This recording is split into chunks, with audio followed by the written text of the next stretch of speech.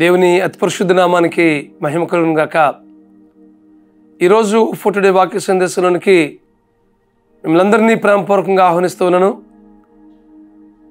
ఈ సందేశాలు ఉంటున్న మీ అందరికీ లైఫ్ చర్చ్ వైజాగ్ నుంచి యేసుక్రీస్తు నామంలో శుభములు తెలియజేస్తా ఉన్నాను. ఈరోజు యెషయా గ్రంథం 48వ అధ్యాయం 17వ వచనం చదువుకుందాం. యెషయా గ్రంథం 48వ అధ్యాయం 17వ వచనం చదువుకుందాం. నీకు ప్రయోజనం కలిగినట్లు నీ దేవుడైన యెహోవానగు నేనే నీకు ఉపదేశం చేయదును. నీవు నడవలసిన త్రోవను నిన్ను నడిపించదును. దేవుడు ఈ వాగ్దానాన్ని దయచేస్తా ఉన్నాడు. ఈ వాక్యం ఉంటుంది మీ జీవితాల్లో కూడా. నీకు ప్రయోజనం కలిగినట్లు నీకు ఉపదేశం చేయదును. నువ్వు నడవలసిన మార్గమును నేను నడిపిస్తానని అంటున్నాడు. నేనే నీకు ఉపదేశం చేస్తాను అంటున్నాడు కదా. దేవుని మాటకు మనం సంపూర్ణంగా విధేయులమై బ్రతుకుతున్నప్పుడు ఆయన ఆజ్ఞలకు, ఆయన విధులకు, ఆయన కట్టడలకు, ఆయన శాసనాలకు సంపూర్ణంగా బద్ధులమై ఆయన మాటకు పరిపూర్ణంగా మనం అప్పగించుకుంటూ విధేయత కలిగి మనం ఆ మాటలు స్వీకరించి ఆ మాటల ప్రకారం మనం బ్రతుకుతున్నప్పుడు, మనం జీవిస్తున్నప్పుడు నీవు నడవలసిన త్రోవను నీకు నడిపిస్తానంటున్నాడు. ఎంత గొప్ప వాగ్దానం ఇది.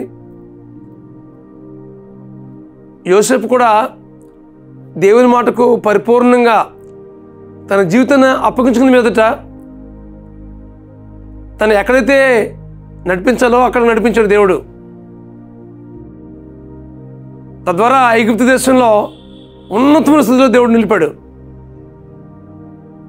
దేవుని మాటకు పరిపూర్ణంగా తన జీవితాన్ని అప్పగించుకుని ఆయన మాటకు, ఆయన ఆజ్ఞలకు పరిపూర్ణంగా అప్పగించుకున్న దాన్ని బట్టి దేవుడు అతనికి తోడైండి అతనికి ప్రయోజనకరంగా ఆ దేశం ఉంచాడు. బానిసగా అమ్మబడిన వ్యక్తి ఆ దేశానికే గొప్ప అధిపతిగా చేశాడు కదా. ఈ వాక్యం ఉంటుంది మీ జీవితంలో. దేవుని మాటకి సంపూర్ణంగా లోబడుతున్నామా? ఆయన మాటకి విధేయత చూపిస్తున్నామా? అలాగా యోసేపు విధేయత చూపించిన దాన్ని బట్టి దేవునితో నిత్యము బాంధవ్యం కలిగి జీవిస్తున్న స్థితిని బట్టి దేవుడు అతనికి అంచెలంచెలుగా హెచ్చించి ఐగుప్తు దేశంలోనే ఒక గొప్ప నాయకుడిగా చేశాడు. ఉన్నతమైన స్థితిలో నిలబెట్టాడు. తన కుటుంబానికి ప్రయోజనకరంగా ఉంచాడు.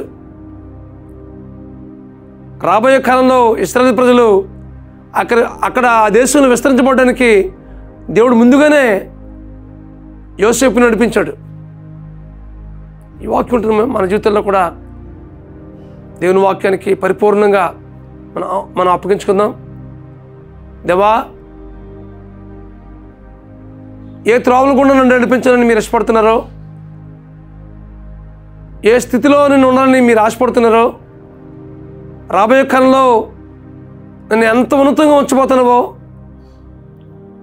నీ నడుపుదలకు నా జీవితాన్ని పరిపూర్ణంగా సమర్పిస్తున్నాను ప్రభువా. నీ అధికారానికి నా జీవితాన్ని అప్పగిస్తున్నాను ప్రభుని మీరు అప్పగించుకున్నట్లయితే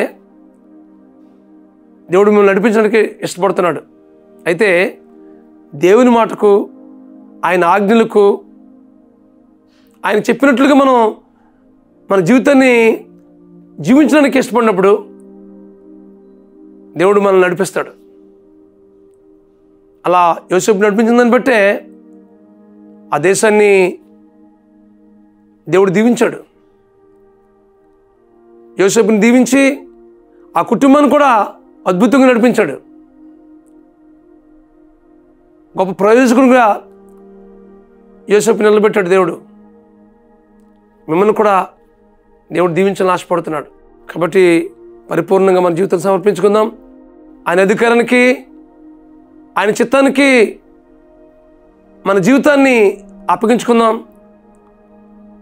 ఆయన ఏ తావులు గుండా మనం నడిపించాలని ఇష్టపడుతున్నారో ఆ తావులు గుండా నడిపించబడడానికి పరిపూర్ణంగా మన జీవితాన్ని సమర్పించుకుందాం. అటు కృప పరిశుద్ధాత్ముడు మీకు అనుగ్రహించి నడిపించును గాక. ప్రార్థన చేసుకుందాం. పరమస్వరూపుడా, మహాకృపగల మా తండ్రి, మా ప్రియుల జీవితాల్లో వారి జీవితంలో గొప్ప ప్రయోజకులుగా ఉండేటట్లుగా మీ ఉపదేశం విని వాళ్ళు నడవలసిన మార్గంలో వారు నడిపించి వీరి జీవితం ద్వారా మీరు మహిమ పొందమని మా ప్రభువైన యేసుక్రీస్తు నామములో ప్రార్థించి వేడుకుంటున్నాం మా పరమ తండ్రి. ఆమేన్, ఆమేన్, ఆమేన్.